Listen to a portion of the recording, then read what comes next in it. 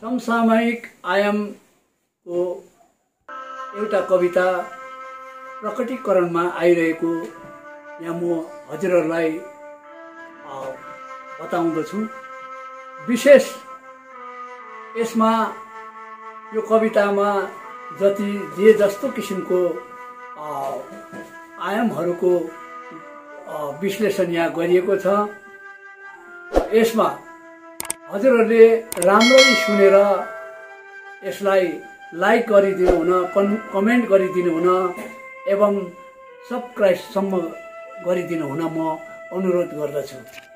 विशेष मेरो कविताको शीर्षक छ अपेक्षा।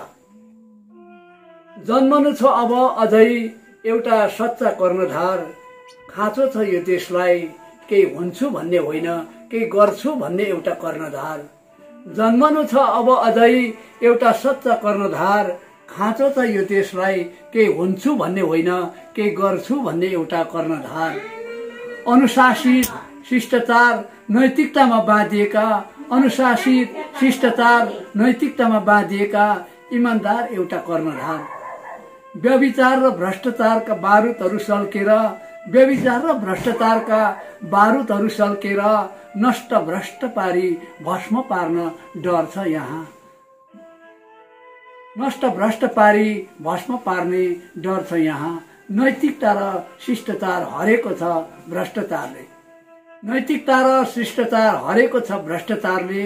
अतिक्रमण सँगसँगै रावणले सीता हरे झैं अब जन्मेन भने राम जस्तो कर्णधार, अब जन्मेन भने राम जस्तो कर्णधार। ज्वालामुखी पड्केर विस्फोट होला, सडेर गलेर चेप्टिएर थिचिएर बसेको यो लाभाहरू, गलेर सडेर चेप्टिएर थिचिएर बसेका ती लाभाहरू ज्वालामुखीको अग्नि बनी प्रष्ट भ्रष्ट पारी यो देशलाई, ज्वालामुखीको अग्नि बनी प्रष्ट भ्रष्ट पारी यो देशलाई।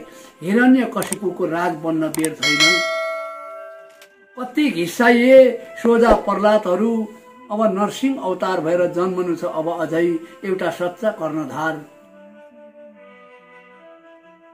एटम बम पड्किने ठाउँमा प्रेमको शीतल वायु बहनु छ, एटम बम पड्किने ठाउँमा प्रेमको शीतल वायु बहनु छ। वसुधैव कुटुम्बकम पाठको अर्थ सम्झाउनु छ। एको हम बहुश्यामको अर्थ बुझ्नु छ।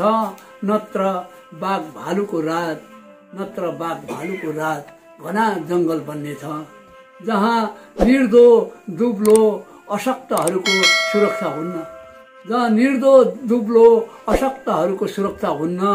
मानव भएर बाँच्नु छ, देवत्व उब्जाउनु छ, मानव भएर बाँच्नु छ, देवत्व उब्जाउनु छ। देशको उज्जवल भविष्यलाई साकार पार्न, देशको उज्जवल भविष्यलाई साकार पार्न पशुतौं मास्न जन्मनु छ अब अझै एउटा सच्चा कर्णधार, जन्मनु छ अब अझै एउटा सच्चा कर्णधार। धन्यवाद।